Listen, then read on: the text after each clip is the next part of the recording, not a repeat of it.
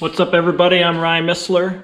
Welcome to my garage / race shop.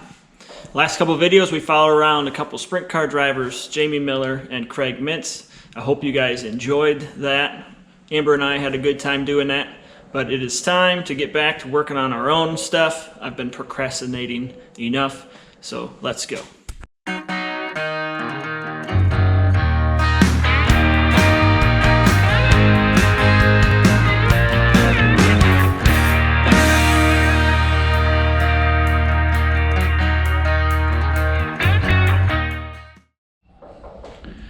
So we got most of the sheet metal taken off. We've got the motor pulled out. If you guys follow me on Facebook, you'll know that I put that motor up for sale. So if anybody knows anyone who wants a good running 13 degree all aluminum engine for a super late model, I'm your guy. But we're looking to get another engine, a spread bore, they call them, wide bore, probably a used one because we can't afford a new one. Can't really afford a used one, but we'll come up with a way. But just to recap what we've got done, what we didn't film is we did siphon the fuel out of the fuel cell, so that's ready to come out. Unhooked some 4-link brackets, or 4-link bars, excuse me, and we drained the oil tank, took off all the shocks, obviously. So it's just a time thing where you just gotta start taking stuff off and getting it down to pretty much a bare frame. So, okay, so we're gonna take off the remote filter mount there. We gotta unhook.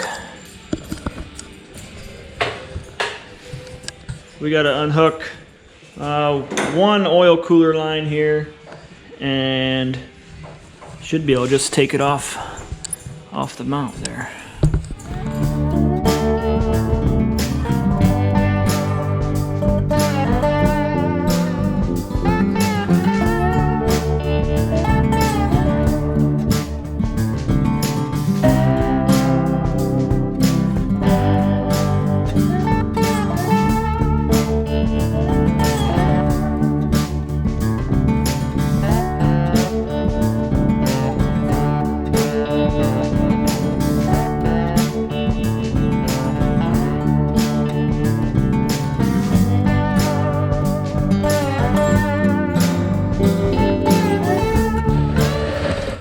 So we got that out, and there's oil lines under here galore, you know. There's a bunch of oil lines. But talk about this oil filter mount. I never had one that primed. This is a primer here, so you can pump that with a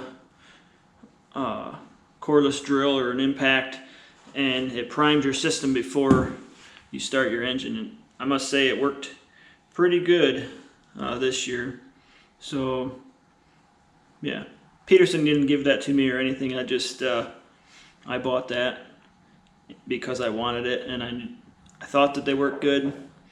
They're nice. Alright, so now we got that filter mount out, so we're going to work on pulling the lines off the power steering pump here and the fuel pump, and weasel that oil pump and everything all out of there.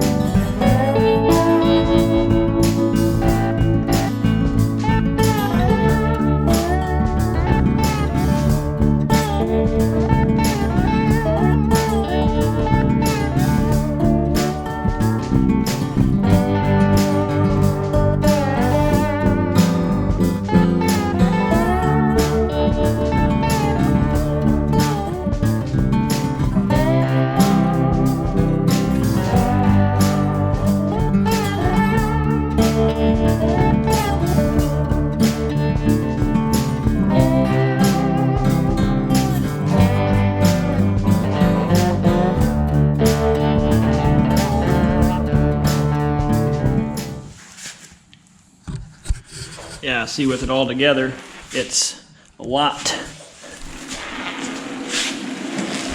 Look at that mess. We leave it all together. That way when we go to put it back in, we don't have to tighten up all those lines and stuff. See, the oil pump was brand new, so we know it's good. We didn't have anything go through it as far as, you know, when you have engine troubles, you'll have potential of crap going through it. So we don't need to send in for the little amount of laps that we got on this new pump. We don't need to do anything with it. Throw it on the shelf. Now the power steering pump and fuel pump, right from the factory, that was brand new too, but the power steering pump was leaking. So I'm going to take that off the back of the oil pump. We'll probably send that in or get a seal, or we'll see what's available for it. Try to find out, but that needs a seal or something because it was leaking. Alright, so I got the power steering and fuel pump pulled off the back of the oil pump, and we'll get her cleaned up, put the caps on, and get her shipped off to KSE to, well, don't know if we're going to ship it back. Maybe it's just a simple seal that we can fix, but we'll find out. Next up, oil tank. Let's get that thing pulled out of there.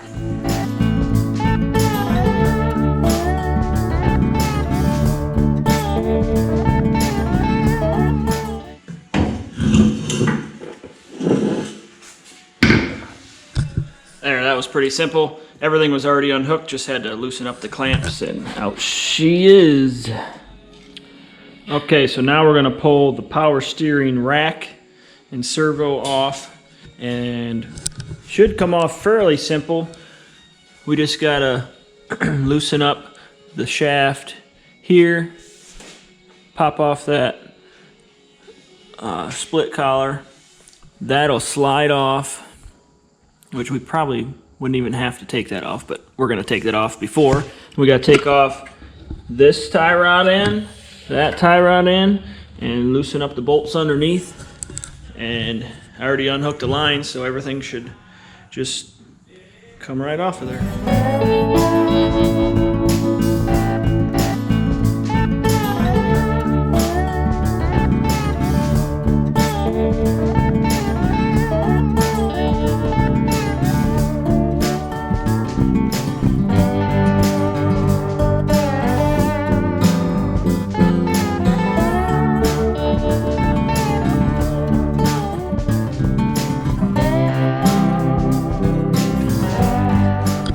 The skid plate's getting in my way under here. Can't get that bolt out, so I'm going to pull the skid plate off.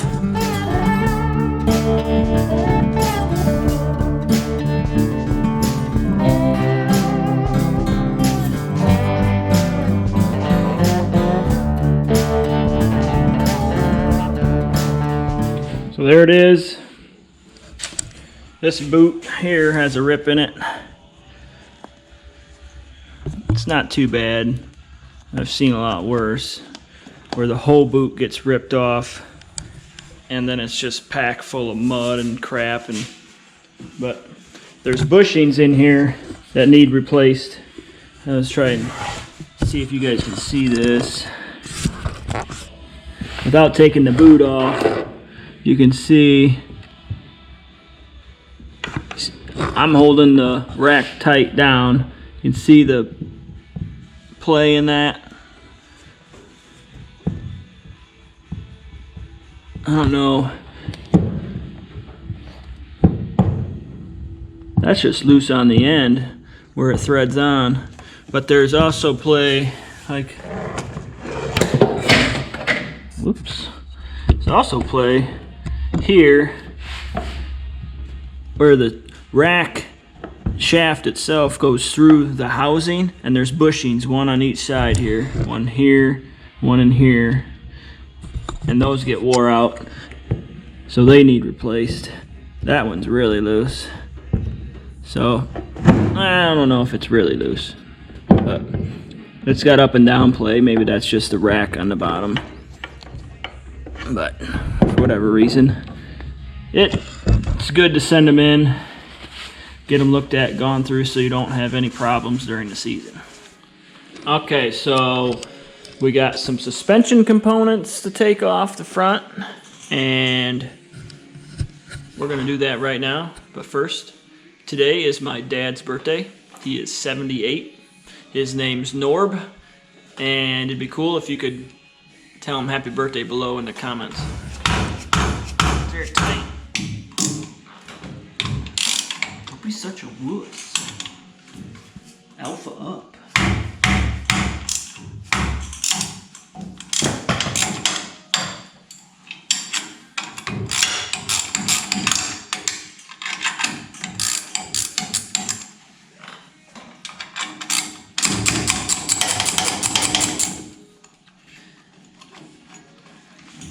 Yeah, so Dad's the reason I'm into this whole racing mess.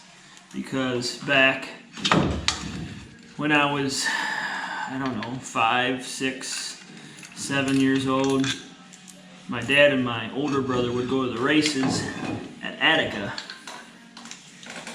And they would come back. Well, I remember when they would go off to the races, I'd ask if I could go, and they said I was too little. So I think that made me want to go more, but as soon as I was able to bug my dad enough to take me to the races, he started taking me, and we went every week until I started racing go-karts. Oh, I started racing go-karts when I was 16, and it's been downhill ever since.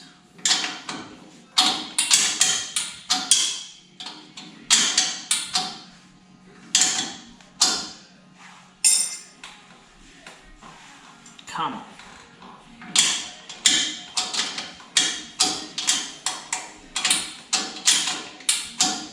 Now, why did I get the racing bug and not my older brother? My older brother went to the races just as much as I did. He joined the military, and he flies Chinook helicopters. And I'd prefer to stay on the ground and not fly Chinook helicopters or anything. I'll go as fast as you want me to go on 4 wheels. Take me up in a plane, and I get nauseous. Not at first. I get nauseous after, well, maybe if I did it more I wouldn't. But I go up with my uncle in the plane, in his plane. If you haven't seen that video, that was from, I went flying with my uncle last year, and that video, I don't know, that was probably in August or September of last year. But I can go up in an airplane for, half an hour or so, 45 minutes, but that's enough. It's fun. I definitely like doing it. It's pretty cool. My uncle's got a little 2-seater. It's fun, but I don't know. I didn't get that itch. I got the racing itch. Look who finally showed up to help me. Me, but I need to go to bed. You gotta go to bed? Okay, good night. Good night, buddy. Give me 5. That's not 5. Oh, that was a good one. That kind of hurt. Ouch. Okay. Good night. You can't say. Where are your shoes? You can't say out on the video. Oh, okay. See you later. See you later. Good night. Good night. Pumpkin pie. Okay, so we got the front end tore apart. Look how bare it looks. Whew.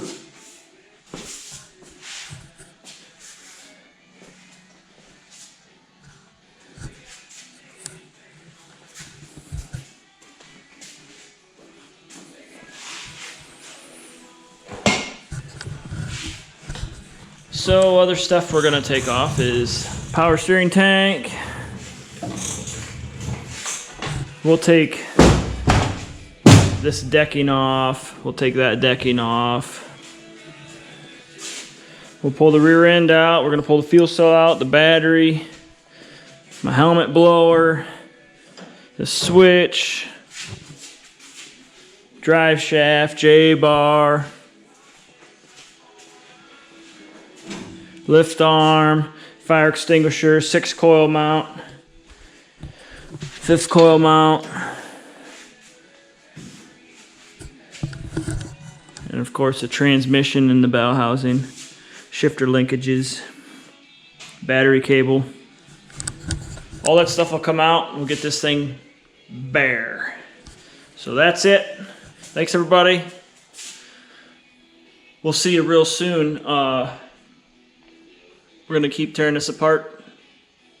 Probably tomorrow night. Create another video. We'll show you taking everything else off this car. Try and get it done tomorrow.